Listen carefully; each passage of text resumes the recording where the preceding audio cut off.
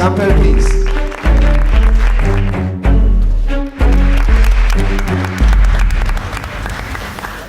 Sam, you give us a nice story about your engagement in Special Olympic movements. Could you please once again tell us this short story about your friend from New York and your engagement here? Okay, so I'm from New York, and I had one of my best friends, childhood friends, together, and him and I used to do a lot of things.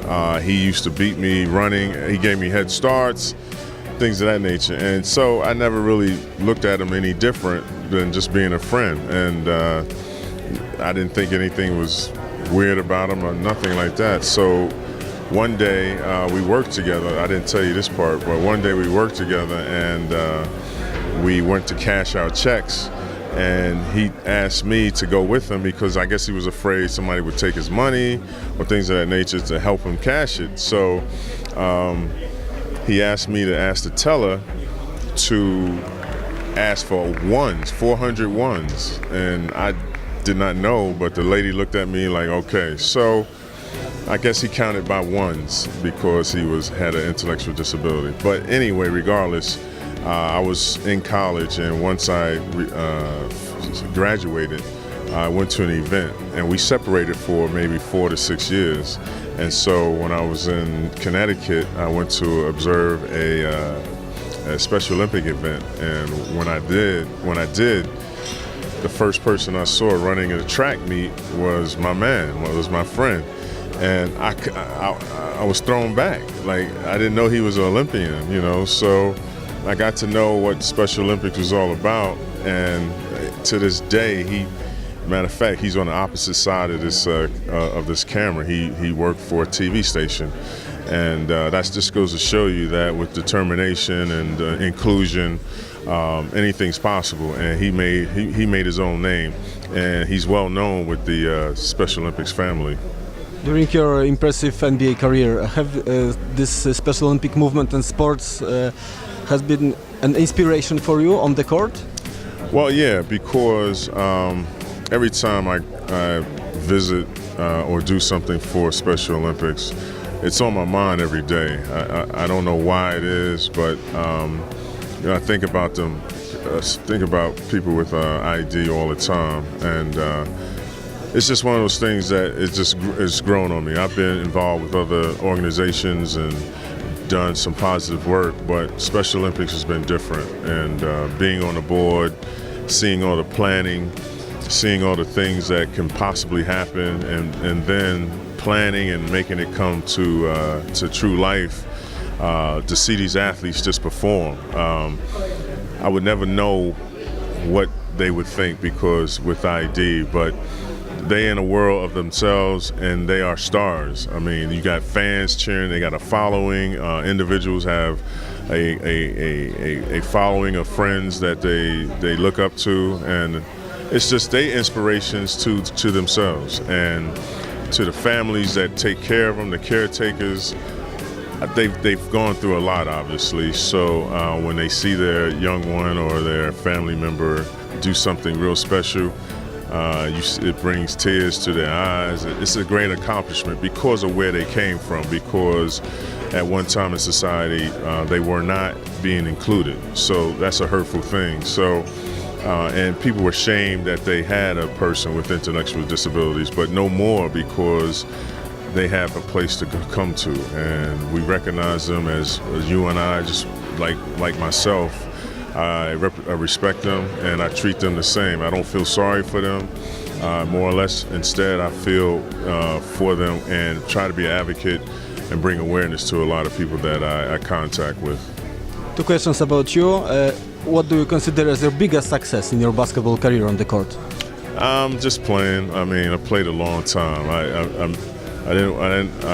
The little ring escaped me a little bit, but just playing with different athletes, the challenges each night, the rigorousness of practice and working out. I look forward to doing all that. NCAA title or Olympic title? The Olympic title is an honor.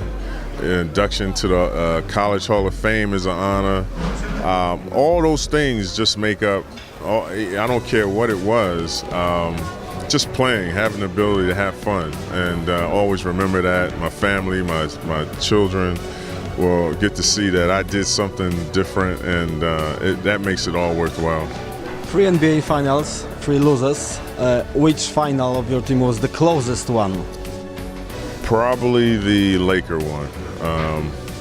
Well, Indiana, maybe 2, but they all were good. And coming in second, nobody knows. But it was just grand to play for Larry Bird, to play with Magic Johnson and James Worthy, and then with Seattle with Sean Kemp and Gary Payton, Detlef Schrempf. You can't go wrong except for falling short. To już 15. edycja Europejskiego Tygodnia Koszykówki przy Olimpiadach Specjalnych. Czy ze względu na obecność sama Perkinsa ona się czymś różni od tego, co robiliście w poprzednich latach? Oczywiście, że tak. To dla nas wielki zaszczyt, że tak wielki gracz, wielka legenda koszykówki przyjechała właśnie dla Olimpiad Specjalnych i dla zawodników Olimpiad Specjalnych na inaugurację Europejskiego Tygodnia Piłki Koszykowej w Polsce. To jest dla nas ważne, że profesjonalni sportowcy pokazują uznanie i akceptację dla zawodników z niepełnosprawnością intelektualną.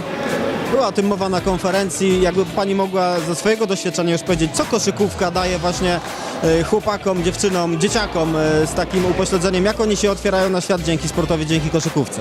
Koszykówka to sport drużynowy, więc po pierwsze uczy bardzo dużego partnerstwa, cierpliwości, zrozumienia, takiej współpracy, ale przede wszystkim w Olimpiadach Specjalnych ważne jest to, że sport daje szansę osobom z niepełnosprawnością intelektualną na bardzo dobry rozwój społeczny, zawodowy, prywatny, czyli rehabilitacja poprzez sport jest to, co otwiera im drzwi do naszego świata, a jednocześnie społeczeństwu pokazuje umiejętności i talenty osób z niepełnosprawnością intelektualną. To nie jest tylko jeden trening, to jest oczywiście cały tydzień. Jakie aktywności, jakie atrakcje, jakie turnieje, jakie mecze będą w trakcie tego tygodnia przez Was także eksponowane? Dzięki współpracy z naszymi partnerami, takimi jak Polski Związek Koszykówki i Energa Basket Liga Kobiet, właśnie wczoraj rozpoczęliśmy inaugurację 8. kolejką ligi, gdzie profesjonalni zawodnicy ligowi wychodzą na prezentacje przedmeczowe w koszulkach Olimpiad Specjalnych. Pierwszy rzut jest zrobiony przez zawodnika Olimpiad Specjalnych, jest wciągana flaga Olimpiad Specjalnych. Jedna z przerw dedykowana jest Olimpiadom Specjalnym i nasi zawodnicy mogą zaprezentować się szerzej publiczności, pokazać, co potrafią, w jaki sposób grają w koszykówkę. To bardzo ważne, że już 4. raz Liga Żeńska i Męska włącza się w promocję koszykówki. Przed nami też trening wspólny polskiej reprezentacji przed meczem z Włochami, razem z polską reprezentacją Olimpiad Specjalnych na Światowe Letnie Igrzyska do Abu Dhabi, więc 1 grudnia przed wielkim meczem, gdzie trzymamy kciuki za polską reprezentację 2 grudnia, nasi będą mogli troszeczkę profesjonalnie pograć z naszą kadrą. I jednocześnie zamykamy Europejski Tydzień. Ten tydzień jest umowną nazwą. Zamykamy go 11 grudnia meczem Euroligi Asseco Arka Gdynia. Czekamy też na te zawody. To dla nas bardzo ważne, że poza naszymi 12 regionalnymi turniejami, gdzie udział bierze ponad 800 zawodników Olimpiad Specjalnych, możemy pokazać się na profesjonalnych obiektach sportowych, na profesjonalnych meczach, bo my nie bawimy się w sport, tylko profesjonalnie go uprawiamy. A jeszcze wracając do Perkinsa, trudno taką gwiazdę sprowadzić do Polski na taki tydzień właśnie z koszykówką? Bardzo ważne w Olimpiadach Specjalnych jest to, abyśmy posiadali ambasadorów. Dzisiaj jest z nami Zygmunt Heiser, nasz największy ambasador i wierny kibic zawodników Olimpiad Specjalnych.